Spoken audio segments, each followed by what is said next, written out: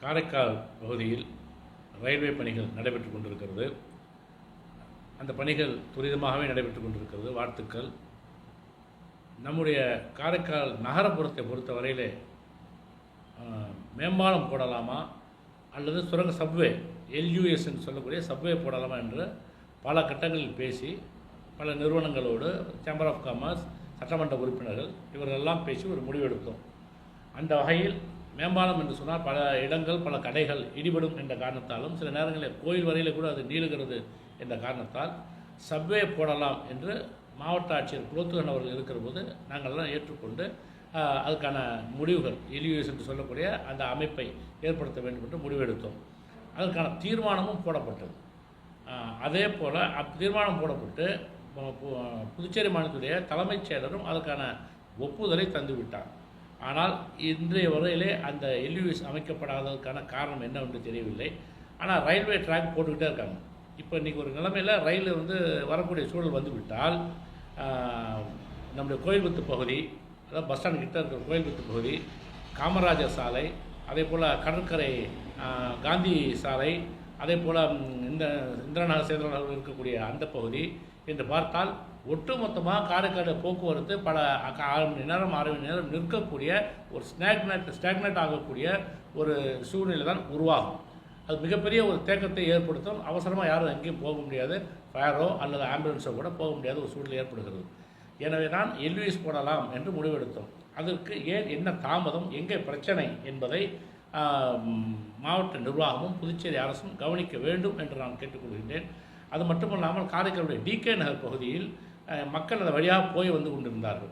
எனவே அது போல வரக்கூடாது, ரயில் அங்கே வேகமாக வந்துட்டுருக்கோம், அதை பொதுப்பாதையாக இருக்கக்கூடாது என்று ரயில்வே அதிகாரிகள் பேசினார்கள்.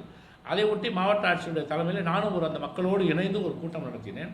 அந்த கூட்டத்தில் அவர்களுக்கும் ஒரு எல்யூஎஸ் போட்டு விடலாம் என்று சொல்லி அதுக்கு ரயில்வே ப்ரொவிஷன் இல்லைன்னு சொன்னாங்க. நாங்கள் பாக்ஸ் மட்டும் செஞ்சு கொடுத்துட்றோம், நீங்கள் அப்ரோச் ரோடு நீங்கள் கொடுத்துருங்க, மெயின்டெனன்ஸ் நீங்கள் பண்ணீங்க, அதே மாதிரி அந்த தண்ணியை வெளியாக்குறது அதெல்லாம் நீங்கள் பார்த்துக்கணும் அப்படின்னு சொல்லி எல்லாத்துக்கும் ஒத்துக்கொண்டு நீங்கள் பாக்ஸ் செய்து கொடுங்க, அதுக்கான அப்ரோச் ரோடு சட்டமன்ற உறுப்பினர் மேம்பாட்டு நிதியில் தருகிறேன் என்று முடிவெடுத்தோம். அதற்கான தீர்மானம் போடப்பட்டு துறைக்கு அனுப்பப்பட்டது. இதனால் வரையில் அது என்ன நிலை என்பது எனக்கு தெரியவில்லை. யாரை கேட்டாலும் சரியான பதில் எங்களுக்கு வராத ஒரு சூழ்நிலை இருந்து கொண்டிருக்கிறது. அவர்களை காட்டினால் மாவட்ட நிர்வாகத்திலிருந்து பதில் வரலை என்று சொல்கிறார்கள், அங்கே கேட்டால் இங்கிருந்து வரவில்லை என்று சொல்கிறார்கள். எனவே இப்படிப்பட்ட ஒரு சூழ்நிலை காரைக்காலிலே இப்போ சப்வே அமைக்க போகிறோமா இல்லை இப்போ போடப்பட்டிருக்கிற ட்ராக்கில் தான் ரயில் ஓடுமா, இப்படி ஓடினால் போக்குவரத்து தாங்குமா என்பதை போன்ற மிகப்பெரிய பிரச்சனைகள் இருக்கிறது. அதுக்கு ஒரு முற்றுப்புள்ளியை அந்த காரைக்கால் மாவட்டத்து அமைச்சர் நம்முடைய சட்டமன்ற உறுப்பினர்களெல்லாம் அழைத்து பேசி மாவட்ட ஆட்சியர் அமர்ந்து பேசி விரைவில் நல்ல ஒரு தீர்வை காண வேண்டும் என்று நான் கேட்டுக்கொள்கின்றேன். இப்படி பல இடங்களில் சப்வே வந்துட்டாலோ அல்லது இப்படியே ரயில் ஓடினாலோ மிகப்பெரிய பாதிப்பு யாருக்கு வரும்னு கேட்டிங்கன்னா பேருந்து நிலையத்துக்கு தான் வரும். எந்த பேருந்தும் இந்த பக்கமாக வர முடியாத ஒரு சூழல் ஏற்படும். எனவே பேருந்து என்பது இந்த பக்கமே வரக்கூடாது. அதுக்கு நம்ம என்ன செய்யணும்னு கேட்டிங்கன்னா பேருந்து நிலையத்தை ஏற்கனவே நான் இந்த காரைக்கால் சந்தை திடலிலே மாற்ற வேண்டும் என்று பேசியிருக்கிறேன். அதற்கான ஒப்புதல் முதலமைச்சர் தந்து பட்ஜெட்டுடைய நிதிநிலை அறிக்கையில் கூட சொல்லியிருக்கிறார்கள். காரைக்கால் பேருந்து நிலையம் சந்தைத்திரையில் வைக்கப்படும் என்று ஒரு அறிவிப்பு ஏற்கனவே இருக்குது. ஏன்னா அதை பற்றியும் கொஞ்சம் சிந்திக்க வேண்டிய ஒரு காலகட்டத்துக்கு நாம் வந்திருக்கிறோம். அதையும் முதலமைச்சர் அவர்கள் சிந்தித்து பேருந்து நிலையத்தையும் மாற்றினால் இன்றைக்கி ஒரு ஒரு எல்லாரோடும் அங்கே தான் சந்திக்கக்கூடிய ஒரு சூழல் ஏற்படுகிறது. ஒரு ப்ரெஸ்டீஜியஸ் காம்ப்ளெக்ஸாக அந்த பஸ் ஸ்டாண்டை கட்ட முடியும். தமிழ்நாட்டிலாம் எவ்வளோ அழகாக நம்முடைய கழகத் தலைவர்கள் தமிழ்நாட்டில் கட்டி முடிச்சிருக்காங்க நம்ம பார்த்துருக்குறோம். அதே ஒரு பேருந்து நிலையத்தை உருவாக்க வேண்டும் என்று நான் இந்த நேரத்தில் அந்த தொகுதி சட்டமன்ற உறுப்பினர் என்ற முறையிலும் நான் கேட்டுக்கொள்கின்றேன். எல்லாவற்றுக்கும் மேலாக நம்முடைய கழிவுநீர் பிரச்சனை, இந்த கழிவுநீர் பிரச்சனைக்கு ஒரு சட்டமன்ற உறுப்பினர் என்ற ஒரு சின்ன சிந்தனை கூட இல்லாமல் என்னை கேட்காமல் ஒரு இடத்தை அவர்கள் தேர்வு செய்கிறார்கள். அதுவும் என்னுடைய தொகுதியிலேயே தேர்வு செய்கிறார்கள். அதை எதிர்த்து நான் ஆரம்பத்திலே குரல் கொடுத்தேன். அது பரிசீலிக்கப்படவில்லை. இருந்தாலும் அதை தொடர்ந்து அங்கே வரக்கூடாது என்று அமைச்சர், முதலமைச்சர், துறையுடைய தலைமை பொறியாளர், மாவட்ட ஆட்சியர் என்று படிப்படியாக நான் எல்லோரையும் பார்த்து எல்லோரும் கைவிரித்து விட்டார்கள். எல்லோரும் கைவிரித்த காரணத்தால் நான் நீதிமன்றத்தை அணுகினேன். நீதிமன்றம், உயர்நீதிமன்றம் ஒரு தீர்வை சொன்னது. அதாவது என்னை அழைத்து பேசி அந்த பணியை டிஸ்போஸ் பண்ணணும் அப்படிங்கிற ஒரு உத்தரவை நம்ம உயர்நீதிமன்றம் நமக்கு தந்திருக்கிறது. அந்த வகையில் பார்க்கிற போது இன்றைக்கி அந்த உயர்நீதிமன்றத்துடைய தீர்ப்பின் அடிப்படையில் என்னை அழைத்து அவர்கள் பேசியிருக்க வேண்டும். கேட்டால் கோட் ஆஃப் கண்டக்ட் இருக்குது, எம்சிசி இருக்கிறது, உங்களை அழைக்க முடியாது, நீங்கள் சட்டமன்ற உறுப்பினர். எனவே நான் வந்து அதை கண்டெம்ட் ஆஃப் கோர்ட் போகணும்னு நான் போகும்போது அவங்க 3 மாதம் டைம் வாங்கிட்டாங்க மாவட்ட நிர்வாகத்தில். இப்பொழுது பொதுப்பணித்துறையும் மாவட்ட நிர்வாகம் இணைந்து என்னை அழைத்து பேச வேண்டும். இப்பொழுது நான் மாவட்ட ஆட்சியரை பார்த்து ஒரு வாரத்துக்கு முன்பாக பேசினேன். நான் வேறு இடத்துக்கு மாற்றிக்கொள்வதுதான் நல்லது, இதோடு பணியை நிறுத்தி கொள்ளுங்கள், அந்த கட்டப்பட்ட இடத்தை வேறு ஏதாவது பணிக்கு நாம் பயன்படுத்தி கொள்ளலாம் என்றெல்லாம் கூட நான் சொன்னேன். மாற்று இடத்துக்கான அந்த யோசனையும் நான் சொல்லியிருக்கின்றேன். தொடர்ந்து வேலை நடந்து கொண்டு தான் இருக்கிறது. ஒரு சட்டமன்ற உறுப்பினர் மக்கள் பிரதி எதிர்க்கிறானே என்ற கொஞ்சம் கூட அதை பற்றி கணக்கில் எடுத்துக்கொள்ளாமல் அவர்கள் செய்து கொண்டிருக்கிறார்கள்.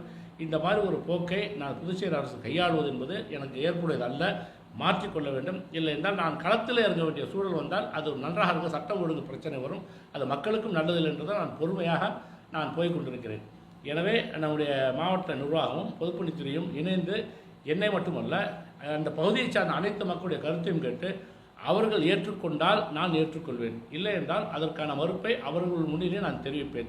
இது தொடர்பாக நான் தலைமைச் செயலரிடத்தில் தலைமை பொறியாளரிடத்தில் பேசுகிற போது இது போன்ற பிரச்சனைகள் வரும்போது அது புதிதாக ஒரு சிஸ்டம் வந்துடுது, ஆர்டர் என்று சொல்லக்கூடிய ஒரு சிஸ்டம் வந்திருக்கிறது.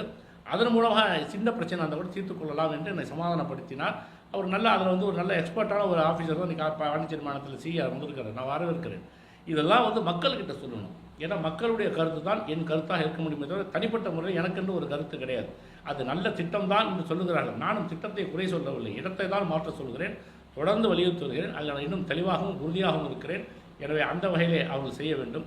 எல்லாவற்றுக்கும் மேலாக நம்முடைய காரைக்கால் பகுதியில் பல அலுவலகங்கள் தனியார் கட்டிடத்திலேயே இயங்கி கொண்டிருக்கிறது. வாடகை நிறையா கொடுத்துட்ருக்குறாங்க.